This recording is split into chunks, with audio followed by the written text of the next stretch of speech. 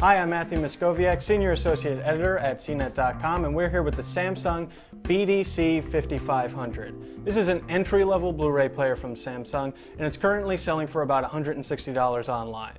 As you'd expect from an entry-level Blu-ray player, the design isn't quite as slick as some of Samsung's step-up designs. It does have a glossy black finish, but there is this kind of silver strip where the touch-sensitive buttons are that looks a little bit out of place. Once you turn the Samsung on, you'll notice there's a completely redesigned user interface, and we liked the job that Samsung did with this new look. There's a wood grain background on the back, and there are big colorful icons, and it's easier to get to some of those streaming media services because they're located right at the top of the main screen. If you click on the Internet at TV icon, you'll be brought to Samsung Apps.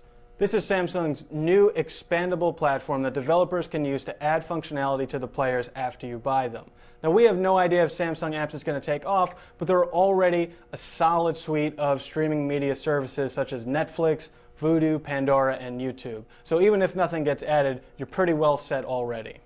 If you look around back, you'll see the connectivity, which is basic, which you'd expect at this price level. There's an HDMI output, a digital audio output.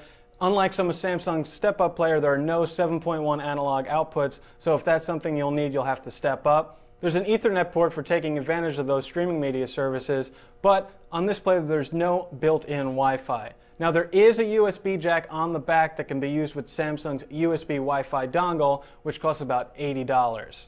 Considering that the step-up BDC 6500 has built-in Wi-Fi and only costs about $65 more, if you want Wi-Fi, you're better off going with the step-up model than buying the USB Wi-Fi dongle. We'd also like to point out that the BDC 5500 is DLNA compliant, so you can stream movies and music over a home network. That's something that a lot of other manufacturers drop from their entry-level models. So if you're on an entry-level budget and DLNA is a feature that you're interested in, the Samsung is a good option. Also, unlike some of the step-up players, there's no onboard storage for this, so if you're going to use some of that BD Live downloadable content, you're going to need to stick a USB flash drive into one of the player's two USB ports. Now, even though this is an entry-level model, it has the same excellent Blu-ray image quality that the step-up BDC 6500 has. That means it passed all the most important test patterns, and it did well with real, actual program material that we threw at it. Overall, the image quality is in the top tier of players that we've tested this year. And yes, our reference Blu-ray player, the Oppo BDP83, passed a few more test patterns, but it's a difference that you're just not going to notice on the vast majority of Blu-ray movies. Our main gripe with this player is operational speed, as it is one of the slowest Blu-ray players that we've tested this year. While it loads simple movies without BD Java menus pretty fast once it's turned on, it does take a little long to boot up initially, and movies with more complex menus such as Spider-Man 3 or Pirates of the Caribbean took longer than other players to load.